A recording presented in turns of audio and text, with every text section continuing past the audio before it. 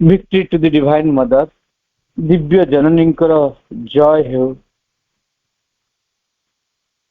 କରୁଣାମୟୀ ମା ଏବଂ ପରମ ପ୍ରଭୁ ଶ୍ରୀ ଅରବିନ୍ଦଙ୍କର ପଦାରବିନ୍ଦେ ଆମ ସମସ୍ତଙ୍କର ଅନନ୍ତ କୋଟି ଆନ୍ତରିକ ପ୍ରଣାମ ଜଣାଇ ତଥା ଆଜିର ଏହି ଦିବ୍ୟ କାର୍ଯ୍ୟକ୍ରମରେ ଅନଲାଇନ ମାଧ୍ୟମରେ ଯୋଡ଼ି ହୋଇଥିବା ସମସ୍ତ ମାତୃପ୍ରେମୀ ଅପଭାଇ ମାନଙ୍କୁ ବନ୍ଦେ ମାତରମ୍ ତଥା ପ୍ରଣାମ ଜଣାଇ ଆରମ୍ଭ କରିବାକୁ ଯାଉଛେ ଆଜିର ଅନଲାଇନ ଶ୍ରୀ ଅରବିନ୍ଦ ଆସ୍ପିରେସନ ପାଠଚକ୍ରର କାର୍ଯ୍ୟକ୍ରମର ଆରମ୍ଭରେ ଚାଲନ୍ତୁ ଆମେ ସମସ୍ତେ ନିରବିତ ଧ୍ୟାନ ସେବା ପ୍ରଭୁଙ୍କର ରଚିତ ସେହି ମହାନ ଗ୍ରନ୍ଥ ମହାନ ଦିବ୍ୟ ଗ୍ରନ୍ଥ ମନ୍ତ୍ରମୟୀ ସାବିତ୍ରୀ।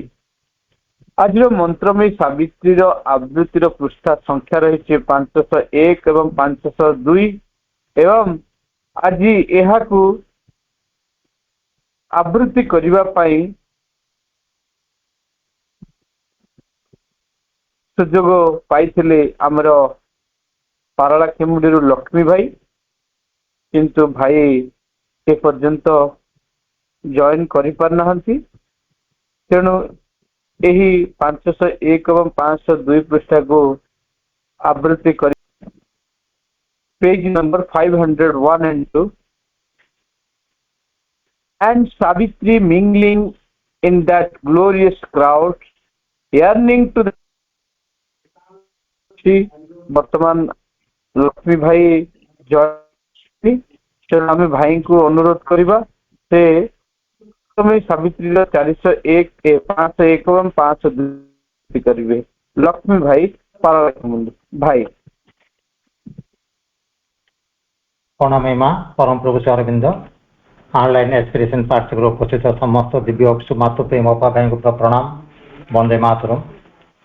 মা মা মা महाकाव्य मंत्रमय Savitri, Book 7, The Book of Yoga, Canto 3, The Entry into the Inner Countries, page 501.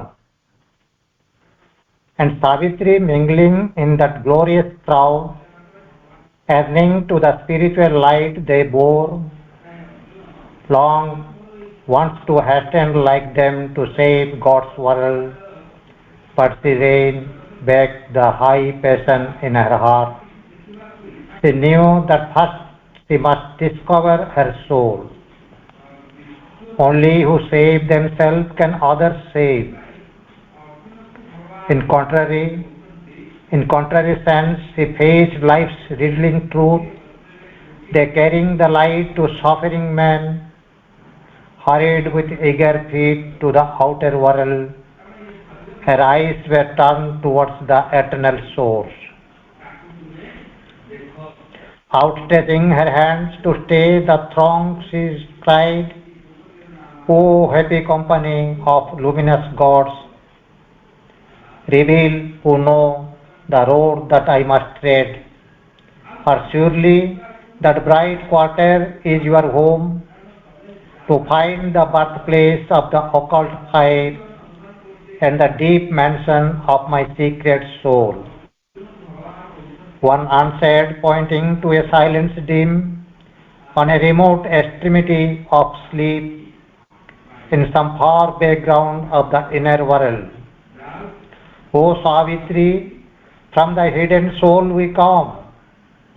We are the messengers, the occult gods, who help man's brave and heavy ignorant lives to wake to beauty and the wonder of things, touching them with glory and divinity. In Abel we light the deathless flame of God and hold the torch of knowledge on ignorant roads. We are thy will and all men's will towards light.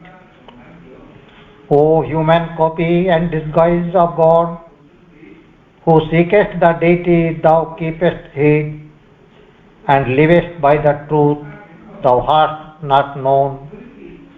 Follow the world's swindling highway to its source.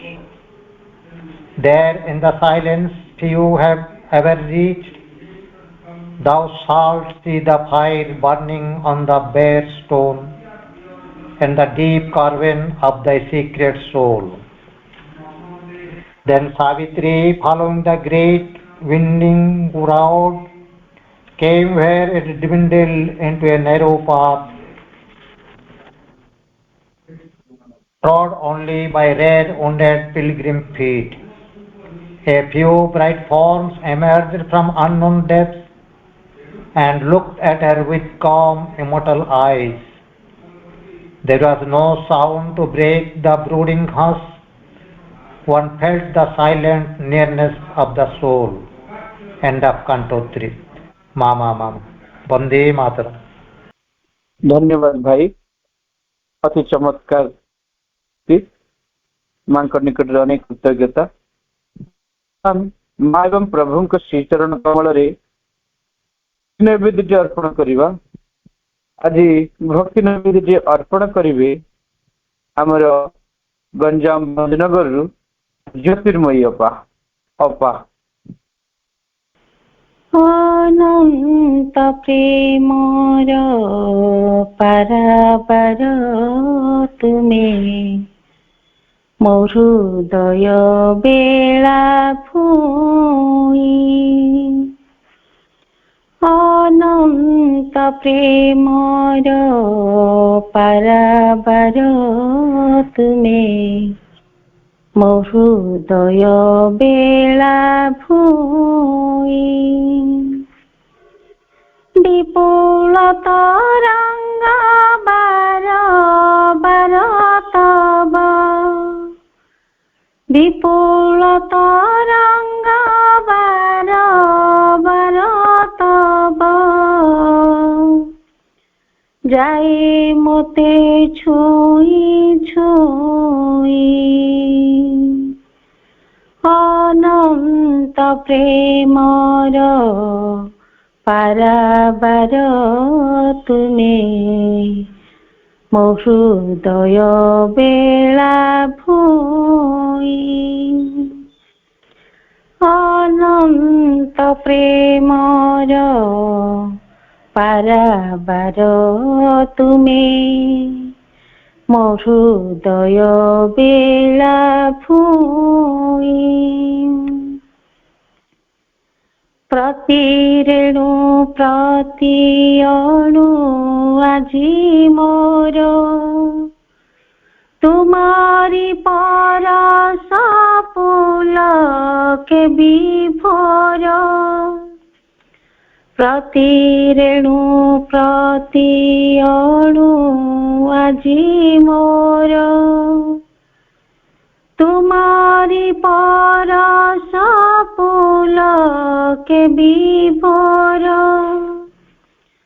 तुम्हारी सराग सुनेली सपन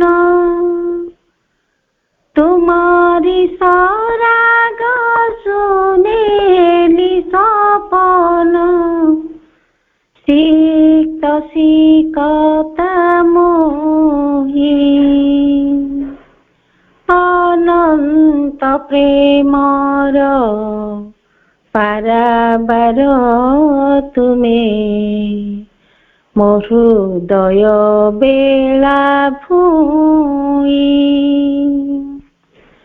अनंत Premiere पाराबार तुमे मो हृदय बेला भूई। मो जीवने जेते कलंक कलुष पोछि निये तोमा सुनील आश्लेष। मो जीवने जेते कलंक कलुष पोछि निये तोमा सुनील आश्लेष। अजाचिते कृपा अजाड़ी देउछ अजाचिते कृपा अजाड़ी दे କିଛି ତମୁ ମାଗି ନାହିଁ ଅନନ୍ତ ପ୍ରେମର ପାରାବାର ତୁମେ ମୋ ହୃଦୟ ବେଳା ଭୂଇଁ ବିପୁଳ ତରଙ୍ଗ ବାର ବାର ତବ বিপুল তরঙ্গ বার বার তব যায় মতে ছুঁই ছুঁই অনন্ত প্রেমর পারাবার তুমে ମୋ ହୃଦୟ ବେଳା ଭୂଇଁ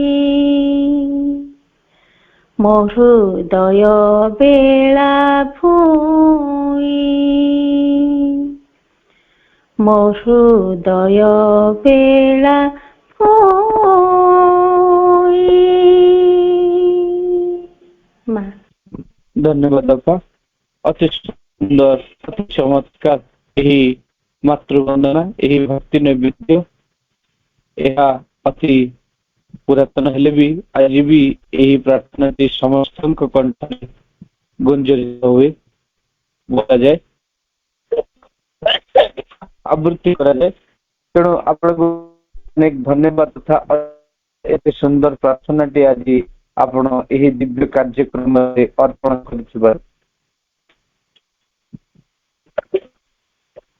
ବର୍ତ୍ତମାନ ଆମେ ସ୍ୱାଧ୍ୟାୟ ଆଲୋଚନାକୁ ଯିବା। ଆଜିର ସ୍ୱାଧ୍ୟାୟ ଆଲୋଚନା ରହିଛି ପ୍ରଭୁଙ୍କର ସ୍ୱରଚିତ ଦ ସିନ୍ଥେସିସ୍ ଅଫ ୟୋଗା, ଯୋଗ ସମନ୍ୱୟ। ଆମେ ଧାରାବାହିକ ଭାବରେ ଆଲୋଚନା କରି ଆସି ପହଞ୍ଚିଛେ ଚାପ୍ଟର 25 ପାର୍ଟ 2 ଦ ହାୟର ଲୋୟର ନଲେଜ, ଉଚ୍ଚତର ଓ ନିମ୍ନତର ଜ୍ଞାନ। ଏହାକୁ ଧାରାବାହିକ ଭାବରେ ଆଲୋଚନା କରିବା ସମସ୍ତଙ୍କର ଅତି ପ୍ରିୟ, ଯିଏକି ଡକ୍ଟର ଚିତ୍ରା ସାହୁ ଭାଇ ବରଗଡ଼ରୁ ଆମେ ଭାଇଙ୍କୁ ଅନୁରୋଧ କରିବା ସେ ତାଙ୍କ ସ୍ୱାଧ୍ୟାୟ ଆଲୋଚନାକୁ ଜାରି ରଖିବେ। ଶ୍ରୀମାତା ଶରଣ ମମ, ପ୍ରିୟ ଅରବିନ୍ଦ ଶରଣ ମମ। ସମସ୍ତ ଭାଇଙ୍କୁ ସାଦର ସପ୍ରେମ ନମସ୍କାର ସହ ପୁନଃ ସ୍ୱାଗତ କରୁଛି। ମାଙ୍କ ପାଖରେ ସମସ୍ତଙ୍କ ତରଫରୁ ବିନମ୍ର କୃତଜ୍ଞତା ନିବେଦନ କରୁଛି। ପ୍ରଭୁଙ୍କର ଦିବ୍ୟ ମହାଗ୍ରନ୍ଥ ଯୋଗ ସମନ୍ୱୟର ଅଧ୍ୟୟନ କ୍ରମରେ ଆମେ ବର୍ତ୍ତମାନ ଅଛନ୍ତି ପୂର୍ଣ୍ଣ ଜ୍ଞାନ ଯୋଗର 25 ଅଧ୍ୟାୟ, ଉଚ୍ଚତର ଓ ନିମ୍ନତର ଜ୍ଞାନ, ଦି ହାୟର ଆଣ୍ଡ ଲୋଅର ନଲେଜ। ଏହି ଅଧ୍ୟାୟର ଚତୁର୍ଥ ପାରାଗ୍ରାଫରେ ଆମେ ଅଛନ୍ତି। ବର୍ତ୍ତମାନ ପୃଷ୍ଠା ସଂଖ୍ୟା ରହିଛି ଇଂରାଜୀ ବହିର 513, 513। এই ପୃଷ୍ଠାର ଶେଷ ପର୍ଯ୍ୟନ୍ତ ପ୍ରାୟ ପୃଷ୍ଠାଟି ଆମେ ଅଧ୍ୟୟନ କରିଛନ୍ତି। ଚତୁର୍ଥ ପାରାଗ୍ରାଫର ଅର୍ଦ୍ଧାଧିକ ଏବଂ 514 ପୃଷ୍ଠାରୁ ଆମେ ଅଧ୍ୟୟନ ଆରମ୍ଭ କରିବା। ପୂର୍ବାପର ସଙ୍ଗତି ପାଇଁ ଆମେ ଟିକେ ମନେ ପକାଇବା ଗତ ଅଧିବେଶନରେ ଆମେ ଯାହା ଆଲୋଚନା କରିଥିଲେ, ଅଧ୍ୟୟନ କରିଥିଲେ। ପ୍ରଭୁ ସୁନ୍ଦର ଭାବରେ ଆମକୁ ବୁଝାଉଥିଲେ ଯେ ଉଚ୍ଚତର ଏବଂ ନିମ୍ନତର ଜ୍ଞାନ କହିଲେ ପ୍ରକୃତରେ ଆମେ କଣ ବୁଝୁ। ଏଠି କହିବା ବାହୁଲ୍ୟ ଯେ ଆମେ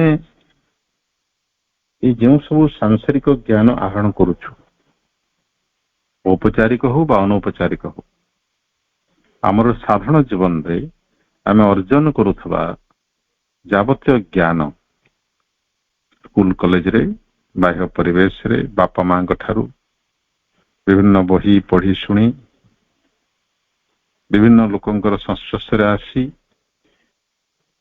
ମୋଟାମୋଟି ଭାବରେ କହିବାକୁ ଗଲେ ବାହାରୁ ଯେଉଁ ଜ୍ଞାନ ଆମକୁ ପ୍ରାପ୍ତ ହୁଏ, ବହିସ୍ଥ ଉତ୍ସରୁ, କୌଣସି ଜଡ଼ ମାଧ୍ୟମରୁ କିମ୍ବା କୌଣସି ବ୍ୟକ୍ତି ବିଶେଷ ମାଧ୍ୟମରୁ ଆମକୁ ଯେଉଁ ଜ୍ଞାନ ପ୍ରାପ୍ତ ହୁଏ ବା ଯୋଉଟା ଆମେ ବାହାରୁ ଭିତରକୁ ନଉ, ସେଟା ହେଉଛି ଲୋଅର ନଲେଜ।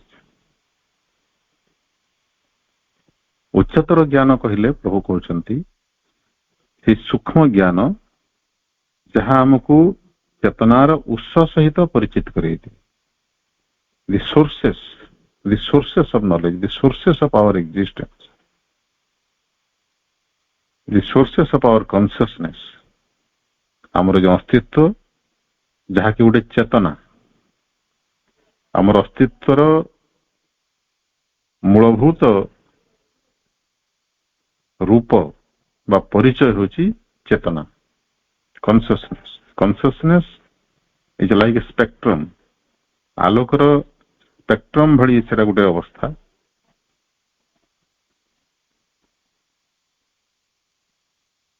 ଯେମିତି ଆମେ ବିଜ୍ଞାନ ଭାଷାରେ ପଦାର୍ଥକୁ ଭାଙ୍ଗିଲେ ଅଣୁ ଏବଂ ପରମାଣୁ, ପରମାଣୁ ଭିତରେ ପୁଣି ଇଲେକ୍ଟ୍ରନ, ପ୍ରୋଟନ, ନ୍ୟୁଟ୍ରନ ପାଉ, ସର୍ବଶେଷ କଣିକା, ତାପରେ ଆଉ କିଛି ନାହିଁ, ତା ଭିତରକୁ ଆଉ ବିଜ୍ଞାନର ଗତି ନାହିଁ। କିନ୍ତୁ ଆଧ୍ୟାତ୍ମ ଜ୍ଞାନର ଗତି ଅଛି, ସେଟା ହେଉଛି କନସିୟସନେସ୍। ଏବଂ ଆହୁରି ସ୍ପଷ୍ଟ ଭାବରେ କହିଲେ ବ୍ରହ୍ମ କଣିକା, କେବଳ ବ୍ରହ୍ମ, ଆଉ କିଛି ନାହିଁ। ସେଇ ଉପାଦାନରେ, ବ୍ରହ୍ମ କଣିକାର ଉପାଦାନରେ ସବୁ କିଛି ଗଢ଼ା, ତାର ବିଭିନ୍ନ ବିଭିନ୍ନ ପରମୁଟେସନ କମ୍ବିନେସନରେ, ବିଭିନ୍ନ ପ୍ରକାର ଆବରଣରେ, ଆନୁପାତିକ ଆବରଣରେ ବିଭିନ୍ନ ବସ୍ତୁ ଏ ସଂସାରର ଯାବତୀୟ ବସ୍ତୁ ବା ପଦାର୍ଥ ସୃଷ୍ଟି ହେଇଛି।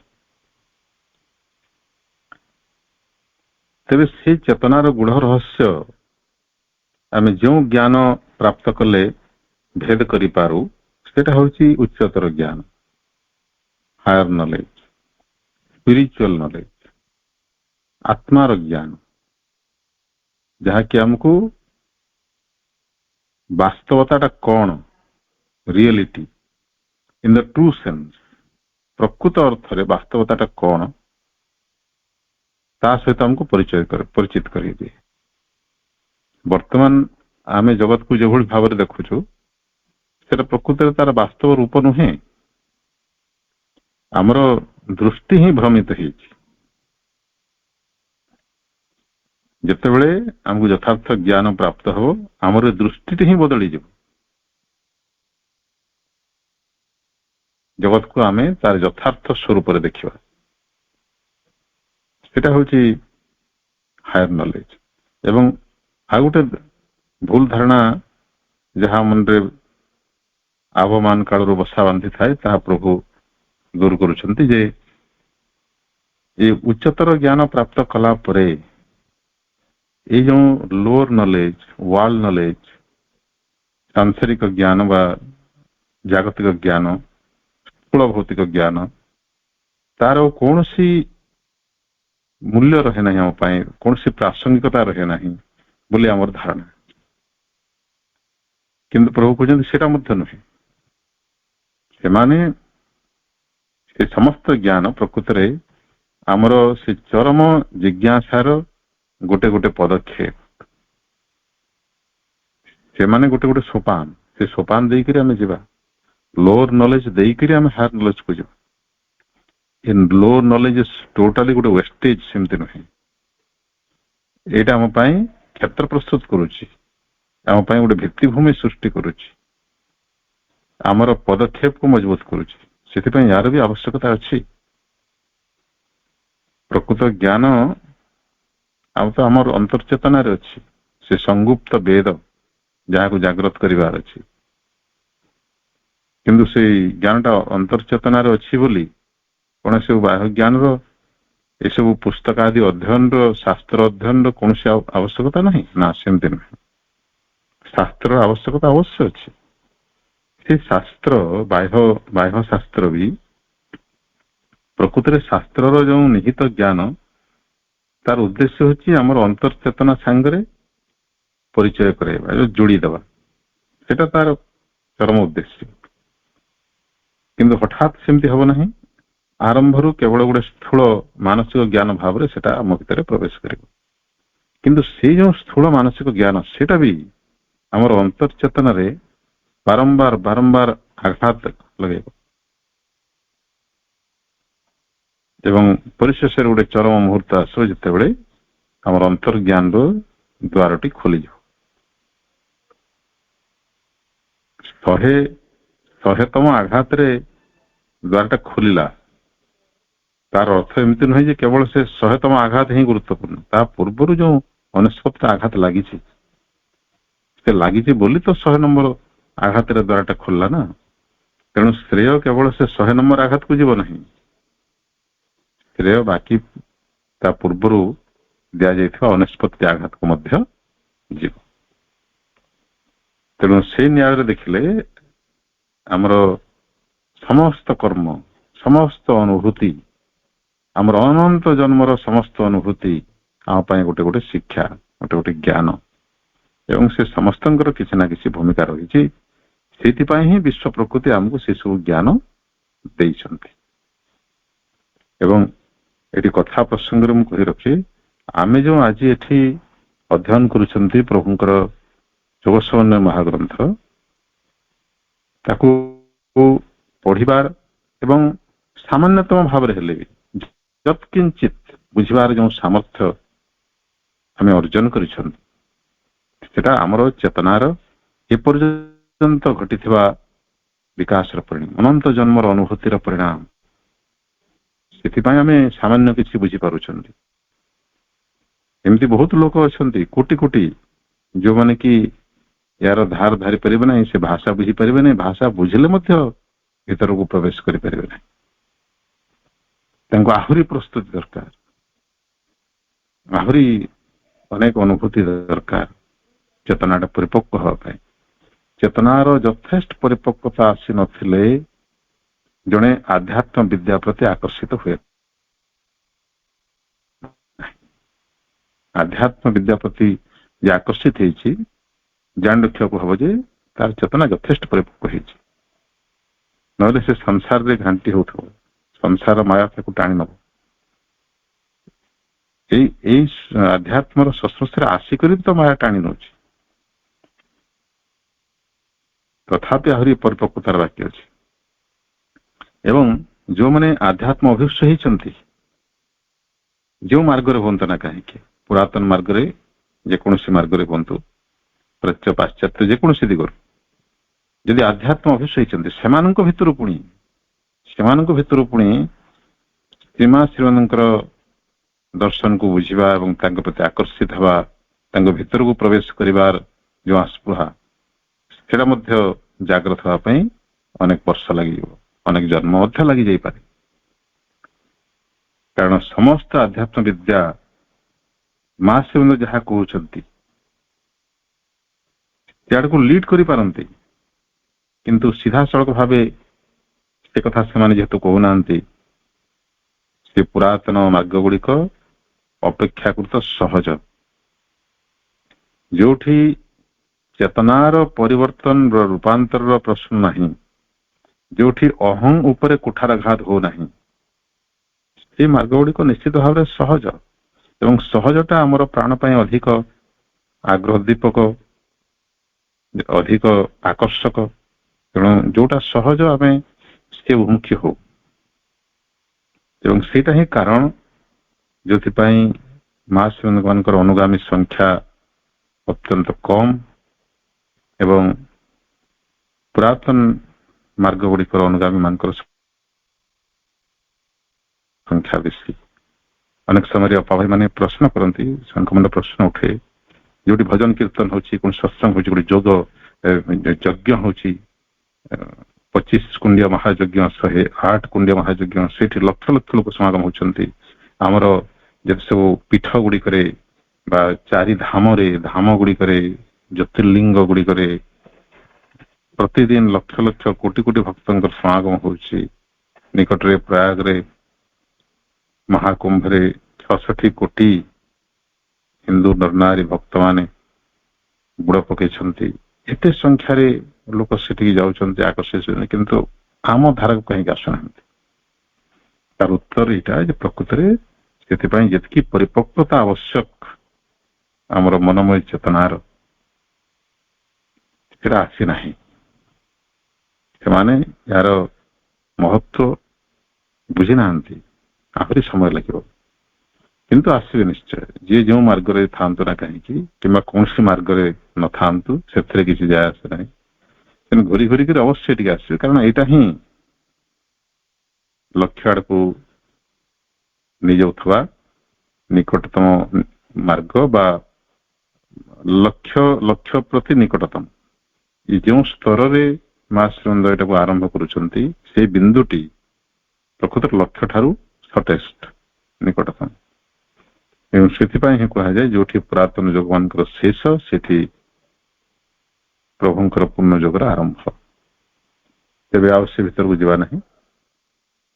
ପୁରାତନ କ୍ଷମା କରିବେ, ନିମ୍ନତର ଜ୍ଞାନ ଏବଂ ଉଚ୍ଚତର ଜ୍ଞାନ ଭିତରେ ଯେଉଁ ପାର୍ଥକ୍ୟ, ସେଟା ଉପସ୍ଥାପନ କଲା ପରେ ପ୍ରଭୁ ତାପରେ ବିସ୍ତୃତ ଭାବରେ ବର୍ଣ୍ଣନା କରୁଛନ୍ତି ଯେ ଆମର ଏଇ ସାଂସାରିକ ଜ୍ଞାନ ବା ଲୋର ନଲେଜ ଭିତରେ ଆମେ ଯେଉଁ ଯାବତୀୟ ଜ୍ଞାନ ଆହରଣ କରୁଛୁ ସ୍କୁଲ କଲେଜରେ, ଔପଚାରିକ ଭାବରେ ଏବଂ ବିଭିନ୍ନ ଆଧ୍ୟାତ୍ମ ସଂସ୍ଥା ମାଧ୍ୟମରେ ମଧ୍ୟ, ସେ ସବୁ କିଭଳି ଆମକୁ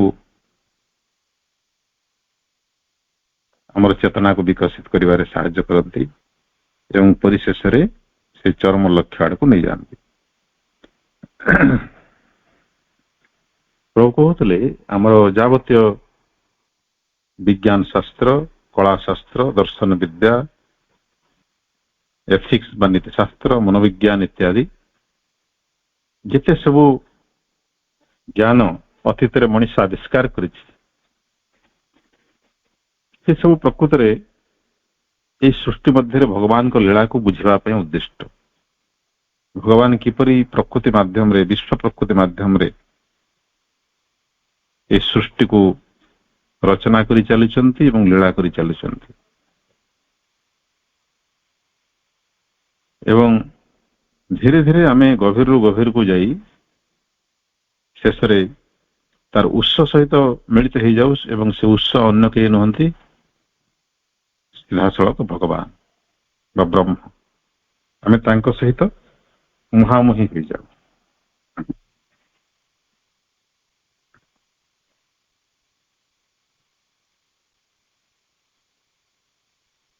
ସ୍ଥୂଳ ବା ଭୌତିକ ବିଜ୍ଞାନ ପରିଶେଷରେ ଗୋଟେ ସୀମାନ୍ତରେ ଆସିକରି ପହଞ୍ଚିଯାଏ, ଯୋଉଠି ସେ ଦେଖେ ଯେ ଅନନ୍ତ ବିଶ୍ୱ, ଅନନ୍ତ ଚେତନା ତା ସମ୍ମୁଖରେ ଉନ୍ମିଳିତ। ତାର ଆଉ ଆଖି ପାଏ ନାହିଁ, ମାନେ ସାମର୍ଥ୍ୟ ଆଉ କୁଳାଏ ନାହିଁ। ସେଠି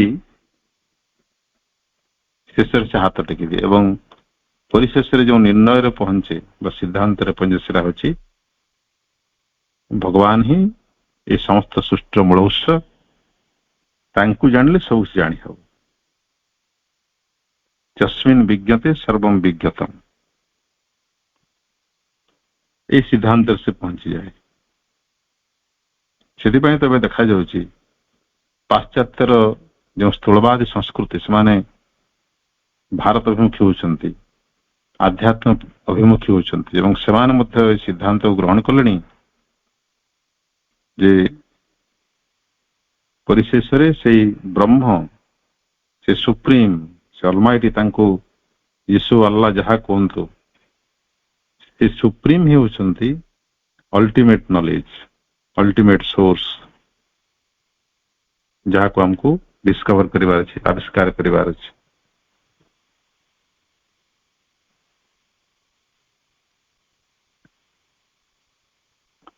କଳା ବିଦ୍ୟା ସେହିପରି ପ୍ରଭୁ କହୁଥିଲେ ମନୁଷ୍ୟ ଭିତରେ ଯେଉଁ ସୌନ୍ଦର୍ଯ୍ୟ ବୋଧଟି ରହିଛି, ଏସ୍ଥେଟିକ ସେନ୍ସ, ତାକୁ କେନ୍ଦ୍ର କରିବା, ଆଧାର କରି ସେ ପରିଶେଷରେ ସେ ପରମ ସୌନ୍ଦର୍ଯ୍ୟର ମୂଳ ଉତ୍ସ ସହିତ ମିଳିତ ହେବା ପାଇଁ ପ୍ରୟାସ କରେ।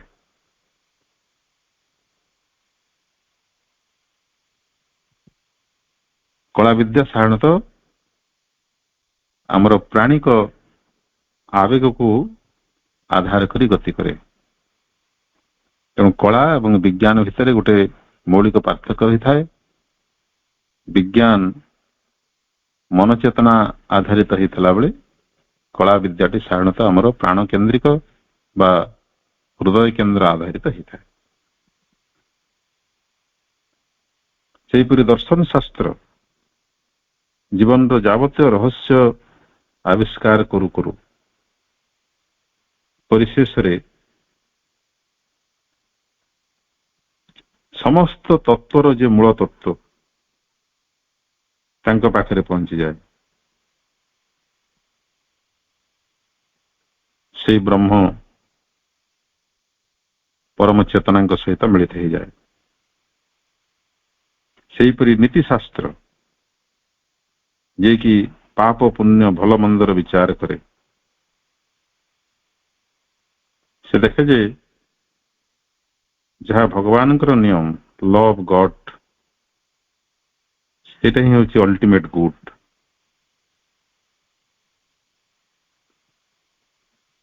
ଏବଂ ସେ ସମସ୍ତ ନିୟମର ଯେ ଅଧିନିୟନ୍ତା ବା ପ୍ରଭୁ, ତାଙ୍କୁ ହିଁ ଆବିଷ୍କାର କଲେ ଜୀବନର ଯାବତୀୟ ସତ୍ୟର ସନ୍ଧାନ କରିହେବ, ଏଇଟା ସେ ଅନୁଭବ କରେ। ମନୋବିଜ୍ଞାନ ସେହିପରି ମନର ଯାବତୀୟ ସମୀକ୍ଷା କରୁ କରୁ ପରିଶେଷରେ ସେ ଅନୁଭବ କରେ ଯେ এই ସମସ୍ତ ମନ ପ୍ରକୃତିରେ ଏକ, ସମସ୍ତ ଆତ୍ମା ମଧ୍ୟ ଏକ। ସେ ଏକତ୍ୱ ଆଡକୁ ସେ ଯାତ୍ରା କରେ। ଆମ ମନରେ ପ୍ରଶ୍ନ ଉଠିପାରେ, ଇତିହାସରୁ ଆମେ କଣ ଶିକ୍ଷା କରୁ? ସେ କଥା ପ୍ରଭୁ କହୁଛନ୍ତି, ଆମେ 514 ପୃଷ୍ଠାରେ ସେଟା ଅଧ୍ୟୟନ କରିବା।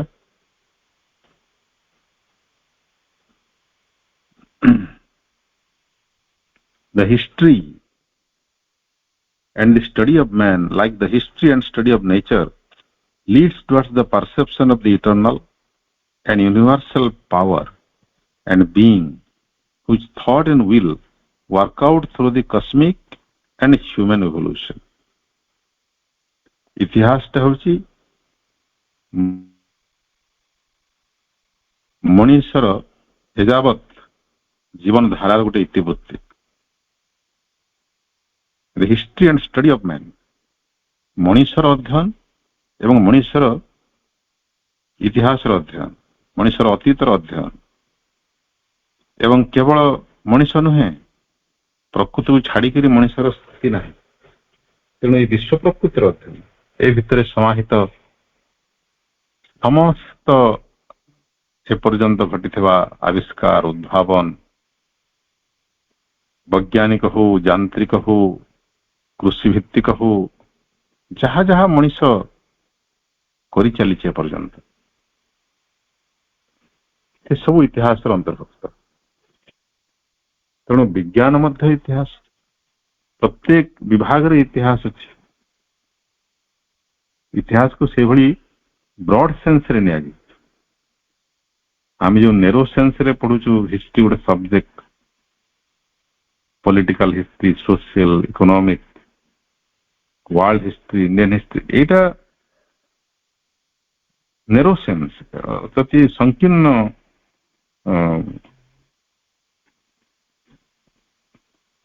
ଅର୍ଥ ଇତିହାସର। ପ୍ରକୃତ ଅର୍ଥରେ ଇତିହାସକୁ ସବୁ ସମସ୍ତ ଜ୍ଞାନର ଏପର୍ଯ୍ୟନ୍ତ ଘଟିଥିବା ଆବିଷ୍କାରକୁ ପ୍ରଭୁ ଉପସ୍ଥାପନ କରୁଛନ୍ତି। ଏବଂ ସେଇ ସବୁ ଅତୀତର ଜ୍ଞାନ ମାଧ୍ୟମରେ ଆମେ କଣ କରୁ? ସେସବୁ ଆମକୁ ଶାଶ୍ୱତଙ୍କର ଅନୁଭବ ଆଡକୁ ନେଇଯାଆନ୍ତି। ଆମେ ଦେଖୁ ଏତେ ସବୁ ଯୋଉ ବିବର୍ତ୍ତନ ଘଟିଛି, ଶୂନ୍ୟରୁ ସବୁ ସମ୍ଭବ ହେଇଛି, ଏସବୁ କିଛି ନଥିଲା। ସେତେବେଳେ ଆମର ଚେତନାରେ ସେ ପରମ ଚେତନାଙ୍କ ପ୍ରତି ଗୋଟେ ପ୍ରତ୍ୟୟ ଜାଗି ଉଠେ। ଆମେ ଅନୁଭବ କରୁ ନିଶ୍ଚିତ ଭାବେ ଗୋଟେ ପରମ ଶକ୍ତି ରହିଛି, ଗୋଟେ ୟୁନିଭର୍ସାଲ ପାୱାର, ଗୋଟେ ବିଶ୍ୱ ଶକ୍ତି ରହିଛି, ଗୋଟେ ବିଶ୍ୱ ଚେତନା ରହିଛନ୍ତି, ୟୁନିଭର୍ସାଲ ବିଇଂ କିଏ ଗୋଟେ ରହିଛନ୍ତି, ଯିଏକି এই ସମଗ୍ର ସୃଷ୍ଟିର ଆଧାର, ଯାହାଙ୍କର ଚିନ୍ତା ଏବଂ ସଂକଳ୍ପରେ ସୃଷ୍ଟି ରୂପ ଗ୍ରହଣ କରିଛି। ଇତିହାସ କହିଲେ ମଣିଷର କେବଳ ମଣିଷ ନୁହେଁ, ଏପର୍ଯ୍ୟନ୍ତ ଏ ବିଶ୍ୱରେ ସଂଘଟିତ ହେଇଥିବା ବିବର୍ତ୍ତନ ଧାରାର ଇତିହାସ।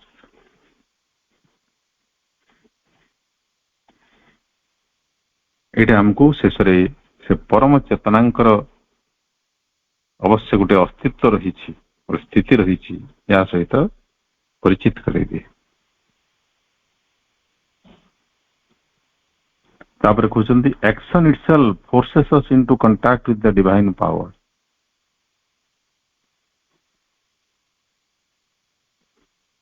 ଆମର ଯାବତୀୟ କ୍ରିୟାଧାରା ଯାହା ସବୁ ଗତି ଏଠି ସଂଘଟିତ ହେଉଛି, এই ଗତିବୃତ୍ତି ଗୁଡ଼ିକ ଆମକୁ ଦିବ୍ୟ ଶକ୍ତି ସହିତ ଯୋଡ଼ି ଦିଏ, ସମ୍ପର୍କିତ କରିଦିଏ, which works through, uses, overrules our actions. ସେ divine power that works through our action, uses our actions and overrules our actions. ପ୍ରଭୁ କୌଣସି ଘଟଣାକୁ ବାଦ ଦେଉନାହାନ୍ତି, ତାଙ୍କର ସବୁ ଷ୍ଟେଟମେଣ୍ଟ ସବୁ ଅଲ୍ ଇନକ୍ଲୁସିଭ। ଦିବ୍ୟ ଶକ୍ତି ଯେଉଁ କାର୍ଯ୍ୟ କରୁଛି, ପ୍ରକୃତରେ ଆମ ଭିତରେ ଯେଉଁ ଶକ୍ତି କାର୍ଯ୍ୟ କରୁଛି ସେଇଟା ଅଲଗା, ଆଉ ଦିବ୍ୟ ଶକ୍ତି ଆଉ ଗୋଟେ କାର୍ଯ୍ୟ କରୁଛି, ସେମିତି ନୁହେଁ। ଏ ସବୁ ଶକ୍ତିର ଉତ୍ସ ହେଉଛି ବ୍ରହ୍ମ, ଦିବ୍ୟ। ଆମ ଭିତରେ କାର୍ଯ୍ୟ କରୁଥିବା ଶକ୍ତି ଏବଂ ଆମ ବାହାରେ ବି କାର୍ଯ୍ୟ କରୁଥିବା ଶକ୍ତି। ତେଣୁ ସେ ଡିଭାଇନ ପାୱାର ୱାର୍କସ ଥ୍ରୁ ଅସ୍। ସେ ଯେଉଁ ଡିଭାଇନ ଆକ୍ସନ ସେଟା ଆମ ଭିତରେ ବି ହଉଛି, ଆମ ବାହାରେ ବି ହଉଛି। ତା ପାଇଁ ଭିତର ବାହାର କିଛି ନାହିଁ। ପୁଣି ସେଇ ଶକ୍ତି ଆମକୁ ବ୍ୟବହାର କରୁଛି। ଇଟ୍ ୟୁଜେସ୍ ଆୱାର ଆକ୍ସନ। ଆମ ଭିତର ଦିଗରେ ମଧ୍ୟ କାର୍ଯ୍ୟ କରୁଛି ଏବଂ ଆମ ଦ୍ୱାରା ଯେଉଁ କାର୍ଯ୍ୟ ସଂଘଟିତ ହେଉଛି ତାକୁ ବ୍ୟବହାର କରି ସେ ପୁଣି ଆଉ କିଛି କାର୍ଯ୍ୟ କରୁଛି। ପୁଣି ଅନେକ ସମୟରେ ସେଇ ଦିବ୍ୟ ଶକ୍ତି ଆମ ଦ୍ୱାରା ହେଉଥିବା କାର୍ଯ୍ୟଗୁଡ଼ିକୁ ଖଣ୍ଡନ କରିଦେଉଛି। ଯେମିତି ଆମେ ଗୋଟେ ସଂକଳ୍ପ କରି ଗୋଟେ କାର୍ଯ୍ୟ କରିଥିବେ, ଗୋଟେ ଆଶା ବାନ୍ଧିଥିବେ ଏଇଟା ହବ ବୋଲି, କିନ୍ତୁ ଆମର ଆଶା ଧୂଳିସାତ ହେଇଯାଇପାରେ। ଆମର ସଂକଳ୍ପ ଏବଂ ଆମର କାର୍ଯ୍ୟକୁ ଖଣ୍ଡନ କରିଦେଇପାରେ ତାଠୁ ଗୋଟେ ଉଚ୍ଚତର ଶକ୍ତି। ସେ ଶକ୍ତି ପ୍ରକୃତିର ହଉ, କୌଣସି ବ୍ୟକ୍ତିର ହଉ, ସେଥିରେ କିଛି ଆସେ ନାହିଁ। କାରଣ ମୂଳ ଉତ୍ସରେ ଦେଖିବାକୁ ଗଲେ ସେଟା ହଉଛି ଭଗବାନଙ୍କର ହିଁ ଶକ୍ତି। ତେଣୁ ସେଇ ଶକ୍ତି ଇଟ୍ ଓଭରରୁଲ୍ସ ଆୱାର ଆକ୍ସନ ବୋଲି କହିଲେ। ଏଇ ଯେଉଁ କ୍ରିୟା ପ୍ରତିକ୍ରିୟାର ଯେଉଁ କ୍ରିସ୍ କ୍ରସ୍ ମୁଭମେଣ୍ଟ ଯେଉଁ ଚାଲିଛି, এই କର୍ମର ଗତିକୁ ବୁଝିବାଟା ବହୁତ ଦୂର। ତେଣୁ କର୍ମଣା ଗହନ ଗତି ବୋଲି ତାର କୁହାଯାଇଛି। ଏଇଟା ବୁଝିବାଟା ମଣିଷର ମନ ଚେତନାର ସାଧ୍ୟାତୀତ। ମନ ବୁଝିପାରିବ ନାହିଁ। ତେଣୁ ଯେତେବେଳେ ଆମର ମନ ତାର ପରାଜୟ ସ୍ୱୀକାର କରିଦିଏ, ତାର ଗଭୀରତାକୁ ସେ ଭେଦ କରିପାରେ ନାହିଁ, ଆଉ ତାର କାତ ପାଏ ନାହିଁ, ଥଳକୂଳ ସେ ପାଏ ନାହିଁ, ସେତେବେଳେ ସେ ହାତ ଟେକି ଦିଏ ସେ ସୁପ୍ରିମ ପାୱାର, ଡିଭାଇନ ପାୱାରଙ୍କ ଉଦ୍ଦେଶ୍ୟ କରି କରାଉ ଥାଉ ତୁ ହିଁ ତୋ ବିନୁ ଅନ୍ୟ ଗତି ନାହିଁ। The intellect begins to perceive and understand, the emotions to feel and desire and revere, the will to turn itself to the service of the divine, without whom nature and man cannot exist or move, and by conscious knowledge of whom alone we can arrive at our highest possibilities. ସେତେବେଳେ ଯେତେବେଳେ ଆମର ମନୋବୁଦ୍ଧି ପରାଜୟ ସ୍ୱୀକାର କରିଯାଏ, ସେତେବେଳେ ଆମର ବୁଦ୍ଧି ଜାଗ୍ରତ ହୁଏ ଏବଂ ଆମେ ଏକଥା ଗ୍ରହଣ କରିବାକୁ, ବୁଝିବାକୁ ଆରମ୍ଭ କରୁ। ଆମର ଭାବାବେଗ ଗୁଡ଼ିକ ଏଟାକୁ ଅନୁଭବ କରିବାକୁ ଆରମ୍ଭ କରନ୍ତି ଏବଂ ସେଇ ପରମ ଚେତନାଙ୍କୁ ନତଜାନୁ ହେଇକରି ବା ମଥା ନତ କରି ସ୍ୱୀକାର କରିବାକୁ ବାଧ୍ୟ ହୁଅନ୍ତି ଏବଂ ଆମର ସମସ୍ତ ସଂକଳ୍ପ ସେଇ ଭଗବାନଙ୍କ ଆଡକୁ ପରମେଶ୍ୱରଙ୍କ ଆଡକୁ ମୁହେଁ ଯାଏ। କାରଣ ସେ ଅନୁଭବ କରେ ଯେ ତାଙ୍କ ବିନା ନା ପ୍ରକୃତି କିଛି କରିପାରିବ ନା ମନୁଷ୍ୟ କିଛି କରିପାରିବ। ତାଙ୍କ ବିନା ନା ପ୍ରକୃତିର ଅସ୍ତିତ୍ବ ଅଛି ନା ମଣିଷର ଅସ୍ତିତ୍ବ ଅଛି। କୌଣସି ଗତିବୃତ୍ତି ତାଙ୍କ ବିନା ସମ୍ଭବ ନୁହେଁ। ଏବଂ ତାଙ୍କ ସହିତ ସଚେତନ ଭାବରେ ସଂଯୁକ୍ତ ନ ହେବା ପର୍ଯ୍ୟନ୍ତ ଆମେ ଆମର ଉଚ୍ଚତର ସମ୍ଭାବନା ଗୁଡ଼ିକ ହାସଲ କରିପାରିବା ନାହିଁ। ଏଇ ବୋଧ ଯେତେବେଳେ ଜାଗ୍ରତ ହୁଏ ଆମେ ସେଇଟାକୁ କହିବା ଯଥାର୍ଥ ବୁଦ୍ଧି। ଏତିକି ମାନସିକ ପରିପକ୍ୱତା ନ ଆସିବା ପର୍ଯ୍ୟନ୍ତ ଜଣେ ଆଧ୍ୟାତ୍ମିକ ଅଭିଭୂତ ହୁଏ ନାହିଁ। ସେ ସ୍ଥୂଳ ଜ୍ଞାନରେ ସନ୍ତୁଷ୍ଟ ରହିଥାଏ, ଲୋର ନଲେଜରେ ସେ ସନ୍ତୁଷ୍ଟ ରହିଥାଏ, ଉଚ୍ଚତର ଜ୍ଞାନକୁ ସେ ମୁହାଁଏ ନାହିଁ। ଯେତେବେଳେ ସେ এই ଅବସ୍ଥାରେ ପହଞ୍ଚେ ଯେ ତାର ଯଥାର୍ଥ ବୁଦ୍ଧିଟି ଜାଗ୍ରତ ହୁଏ, ଭଗବାନ ହିଁ ସମସ୍ତ ଜ୍ଞାନ ସମସ୍ତ ଅସ୍ତିତ୍ୱର ମୂଳ ଉତ୍ସ, ତାଙ୍କୁ ହିଁ ଆବିଷ୍କାର କରିବା, ତାଙ୍କୁ ହିଁ ଜାଣିବା, ତାଙ୍କୁ ଅନୁଭବ କରିବା, ସେଇଟା ହିଁ ଆମର ପ୍ରଥମ ଏବଂ ଚରମ ଲକ୍ଷ୍ୟ। এইটা ଯେତେବେଳେ ଜଣେ ବୁଝିବାକୁ ଆରମ୍ଭ କରେ ସେଇଠୁ ଆରମ୍ଭ ହୁଏ ତାର ଗୋଟେ ନୂତନ ଜୀବନ। ସେଇଟା ହଉଛି ତାର ଚେତନାର ନବଜନ୍ମ। ସେତେବେଳେ ସେ ହୋଇଯାଏ ଦ୍ୱିଜ, ତାର ନୂତନ ଜନ୍ମ ହୁଏ। ତାର ଜୀବନରେ ଅନନ୍ତ ସମ୍ଭାବନାର ଦ୍ୱାର ଉନ୍ମୁକ୍ତ ହେଇଯାଏ। ସେଇଟା ହଉଛି ଯୋଗର ପ୍ରାରମ୍ଭ। ପ୍ରକୃତରେ ସେଇଟା ହିଁ ଯୋଗର ପ୍ରାରମ୍ଭ। ପ୍ରଭୁ କହିଲେ ପରବର୍ତ୍ତୀ ପାରାଗ୍ରାଫରେ, it is here that yoga steps in. এইଠି ହିଁ ଯୋଗ ଆରମ୍ଭ হবে। এইଠି ଯୋଗ ବ୍ୟକ୍ତିର ଚେତନା ଭିତରକୁ ପ୍ରବେଶ କରେ ବା ବ୍ୟକ୍ତି ଯୋଗ ଜୀବନକୁ ପ୍ରବେଶ କରେ, ତା ଭିତରକୁ ଗ୍ରହଣ କରେ। It is here that yoga steps in. It begins by using knowledge, emotion and action. ଯୋଗ ପ୍ରକୃତରେ ସର୍ବପ୍ରଥମେ ମାନସିକ ସ୍ତର ଆରମ୍ଭ ହୁଏ, ବୁଝିବା, ଜାଣିବା। ତେଣୁ begins by using knowledge ବୋଲି କହିଲେ। କେବଳ ମାନସିକ ଜ୍ଞାନ ନୁହେଁ, ଭାବାବେଗ ଗୁଡ଼ିକ ଏବଂ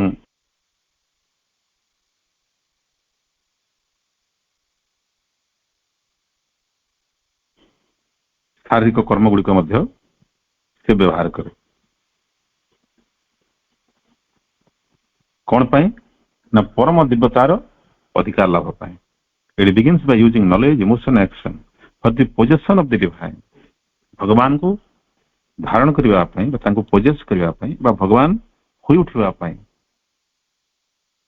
ସେ ପ୍ରଥମେ ଜ୍ଞାନର ସାହାଯ୍ୟ ନେବେ, ତାପରେ ଆବେଗ ପ୍ରବେଗ ଗୁଡ଼ିକର ଏବଂ ତାପରେ କର୍ମ।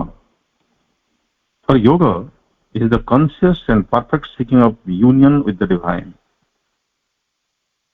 ଯୋଗର ଆଉ ଗୋଟେ ସଂଜ୍ଞା ଦେଲେ ପ୍ରଭୁ, ପ୍ରକୃତରେ ସେଇ ଏକ ହିଁ ସଂଜ୍ଞାର ବିଭିନ୍ନ ଶବ୍ଦଗତ ଭିନ୍ନତା। For yoga is the conscious and perfect seeking of the union with the divine. ଆମର ଅନ୍ତର୍ଚେତନାରେ ଆମେ ସମସ୍ତେ ସେ ଏକ ହିଁ ଜିନିଷକୁ ଖୋଜି ଚାଲିଛୁ। ଯେପର୍ଯ୍ୟନ୍ତ ସେଟା ଆମେ ପାଇନାହୁଁ ଆମର ସନ୍ଧାନ ଶେଷ ହେବ ନାହିଁ, କିମ୍ବା ଜୀବନରେ ଯାବତୀୟ ଦୁଃଖ କଷ୍ଟ ସଂଘର୍ଷର ଅବସାନ ହେବ ନାହିଁ।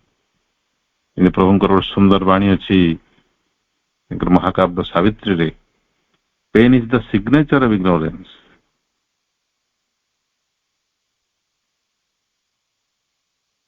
Pain is the signature of ignorance.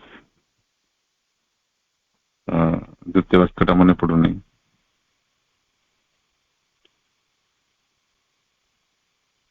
Seeking the divine discarded by life ना एमती कौन गोटे अच्छी तापरे until life finds him pain can never end जे पर्यंत आमे तांको पाई ना हूं से पर्यंत जीवन रे दुख कष्ट अवसान हो ना कारण दुख कष्ट कौन प्रकृत रे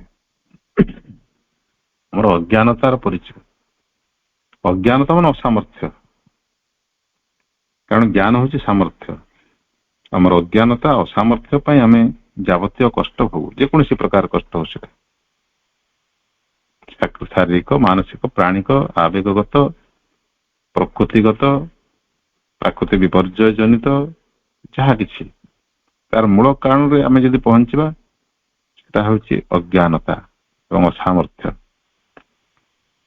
जे पर्यंत आमे तांको पाई ना पेन कैन नेवर एंड हमर जीवन रे जावतीय जंत्रणा उपशम हब ना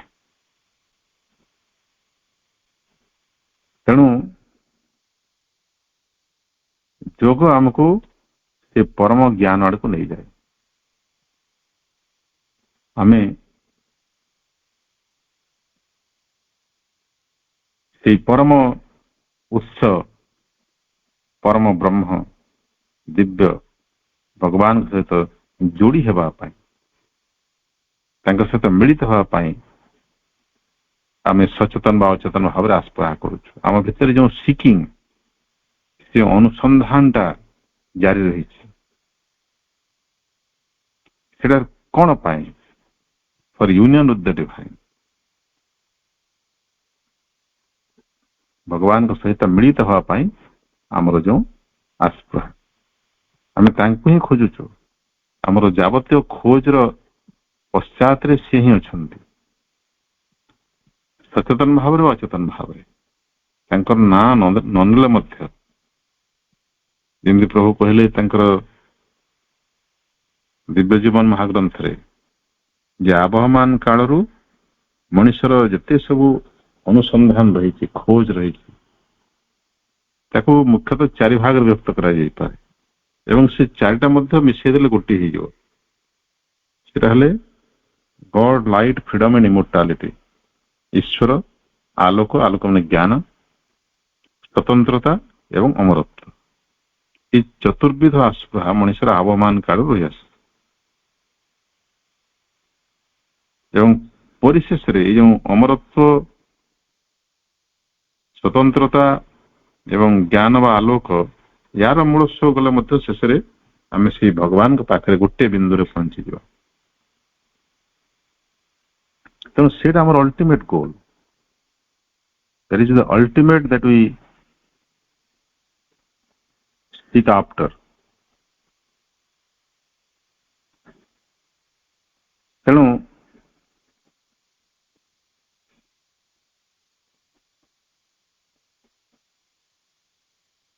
आमर जावतीय कार्य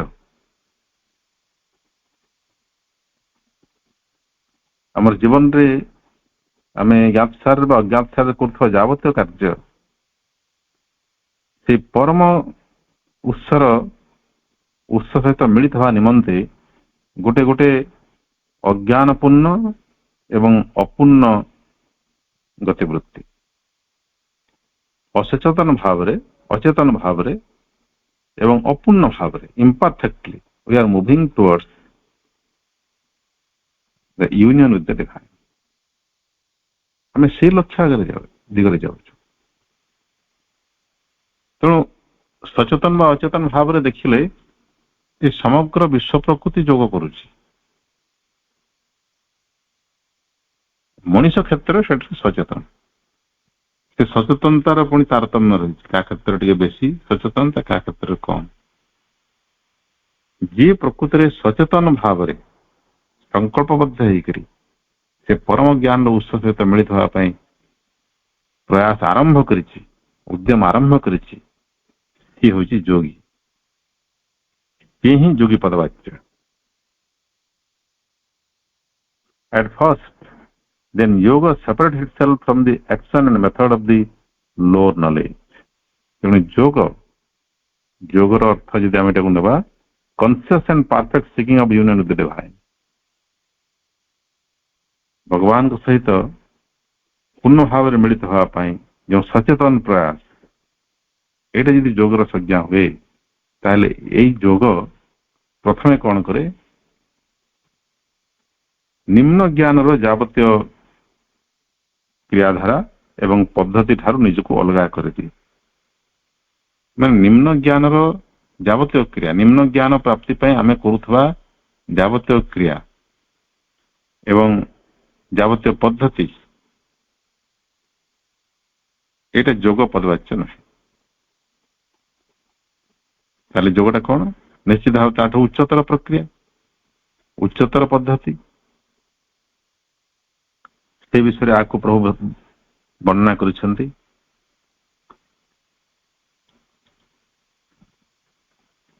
କହୁଛନ୍ତି, for while this lower knowledge approaches God indirectly from outside and never enters his secret dwelling place, ନିମ୍ନ ଜ୍ଞାନ ଆମେ ଯେଉଁ ପାର୍ଥିବ ମାଧ୍ୟମ ଗୁଡ଼ିକ ଦ୍ୱାରା ଆହରଣ କରୁ, କଣ କରେ, ଭଗବାନଙ୍କୁ ପରୋକ୍ଷ ଭାବରେ ଆପ୍ରୋଚ କରେ, ଅର୍ଥାତ୍ ପରୋକ୍ଷ ଭାବରେ ତାଙ୍କ ଆଡ଼କୁ ଗତି କରେ। ପରୋକ୍ଷ କହିଲେ ବାହ୍ୟ ବସ୍ତୁ, ବାହ୍ୟ ଜ୍ଞାନ, ବାହ୍ୟ ଅନୁଭୂତି ମାଧ୍ୟମରେ ତାର ସବୁ ଗତିବୃତ୍ତି ପ୍ରାୟ ବାହ୍ୟ କେନ୍ଦ୍ରିକ ହେଇଥାଏ, ବହିର୍ମୁଖୀ ହେଇଥାଏ ଏବଂ ନେଭର ଏଣ୍ଟର୍ସ ହି ସିକ୍ରେଟ ଡ୍ୱେଲିଂ ପ୍ଲେସ୍। ତେଣୁ ସେ ଭଗବାନଙ୍କର ଗୁପ୍ତ ବାସସ୍ଥାନକୁ କେବେ ହେଲେ ପ୍ରବେଶ କରିପାରେ ନାହିଁ।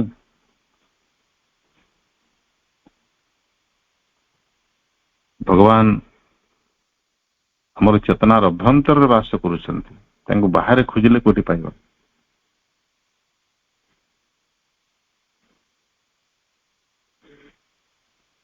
ଯେମିତି କୁହାଯାଏ, କସ୍ତୁରୀ କୁଣ୍ଡଲି ନାଭି ମୃଗ ଧୁଣ୍ଡେ ବନମାହି। କସ୍ତୁରୀ ମୃଗ ଜାଣିନଥାଏ ଯେ କସ୍ତୁରୀ ତା ଭିତରେ ଅଛି, ତାର ବାସନା ଆକର୍ଷିତ ହେଇକି ସେ ବାହାରେ ତାଙ୍କୁ ଚତୁର୍ଦିଗରେ ଖୋଜି ବୁଲୁଥାଏ। ସେମିତି ଯେତେ ଯେତେ ଆମେ ବାହାରେ ଭଗବାନଙ୍କୁ ଖୋଜୁଥାଉ, ଆମେ ସେତେ ଅଧିକ ବିଫଳ ହଉ ଏବଂ ତାଙ୍କଠାରୁ ଦୂରେଇ ଯାଉ। କାରଣ ସେ ବାସ କରୁଛନ୍ତି ଚେତନାର ଅଭ୍ୟନ୍ତରରେ, ଆମକୁ ଅନ୍ତର୍ମୁଖୀ ହେବାକୁ ପଡିବ।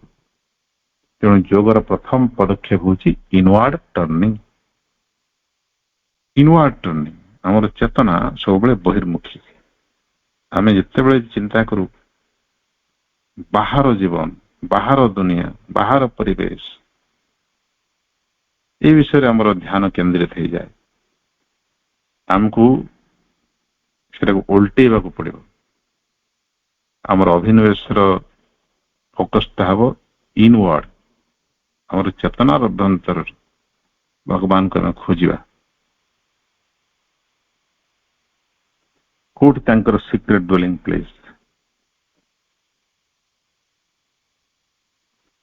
Yoga calls us within and approaches him directly. ଯୋଗ ଆମକୁ ଅନ୍ତର୍ମୁଖୀ କରାଏ, ଆମର ଭିତରକୁ ପ୍ରବେଶ କରିବା ପାଇଁ ଯୋଗ ଆମକୁ ଆବାହନ କରେ ଏବଂ ସିଧାସଳଖ ଭଗବାନଙ୍କୁ ପାଇବା ପାଇଁ ସେ ଇଚ୍ଛା କରେ।